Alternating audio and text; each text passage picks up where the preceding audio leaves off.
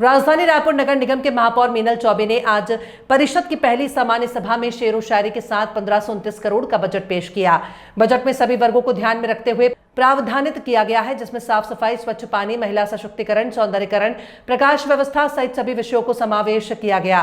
क्या हमें जेंडर में शेरों की सौंदर्यीकरण, तालाबों का संरक्षण, पशुओं मवेशियों के लिए सुरक्षित व्यवस्था, शुद्ध पेयजल सुरक्षा व्यवस्था के लिए कैमरे, महिलाओं को सशक्त करने की योजना सहित कई योजनाओं के साथ सभी वर्गों को साधने और पूरे बजट के साथ एक साल में सभी वादों को पूरा करने आम जनता को आश्वासन दिए। वहीं नेता प्रतिपक्ष संदीप साहू ने बजट को खोखला करार देते हुए कहा कि ये ट्रिपल इंजन की सरकार होने का दावा करते हैं। बजट पूरा खोखला है, हमारे पुराने बजट का कॉपी पेस्ट किया गया है। कोई नई योजनाएं, नई नीतियां बिल्कुल दिखाई नहीं दी और बेहतर बजट हो सकता था। ट्रिपल इंजन की सरकार है। बजट जो है पुराने भी बजट को इसमें समाहित किया गया है। पुराने बजट और नए बजट में कोई ऐसा अंतर नहीं है, लेकिन बजट ऐसी होनी चाहिए जो मूलभूत सुविधाएं प्रदान कर सके। अभी आप देखे थे चौपाटी वाले मामले में, पहले दिन आया कि महापौर जी ने बहुत अच्छे तरीके से वहाँ विरोध किया, लेकिन उनके विरोध का हम तो स्वागत करते हैं, आप विरोध करिए, लेकिन विरोध करने के बावजूद सेकंड दिन आता है, दूसरे दिन आता है कि प्रिंट मीडिया में कि पुनः उसको चालू कर दिया गया है। तो आखिर वो कौन सा वो ऐसे अधिकारी जो उनकी सुन नहीं रहे हैं। तो ऐसा इसमें बहुत सारी चीज़ें हैं जो बजट में इसमें शामिल करना चाहिए था, लेकिन उसमें हो नहीं पाया है। जैसे क्या छूट रहा है, देखिए अभयारण्य, जैसे हम गौवंश की बात करते हैं, बहुत सारी घटनाएं होती हैं। हम रायपुर शहर में रहते हैं और स्मार्ट सिटी की एक कल्पना हम यहाँ पे करते हैं, लेकिन स्मार्ट सिटी के अनुरूप जो सुविधाएं मिलने चाहिए, जो गौवंश है उसको अभयारण्य की जो व्यवस्था होनी चाहिए।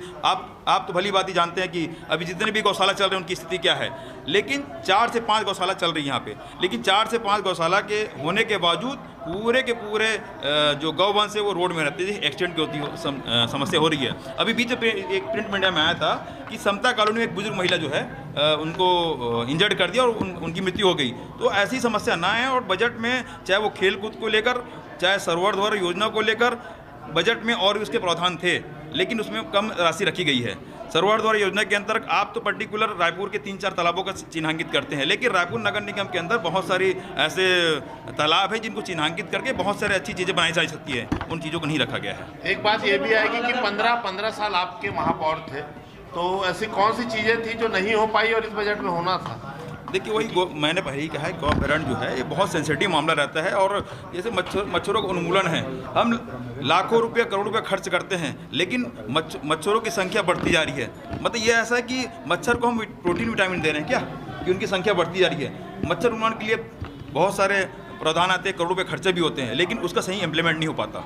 तो अगर बजट देखा जाए भैया रायपुर नगर निगम ने अपना बजट पेश किया है, ये हमारे लिए बहुत ही सौभाग्य की बात है कि 15 वर्षों के पश्चात भारतीय जनता पार्टी के महापौर के रूप में मैंने अपना पहला बजट प्रस्तुत किया है।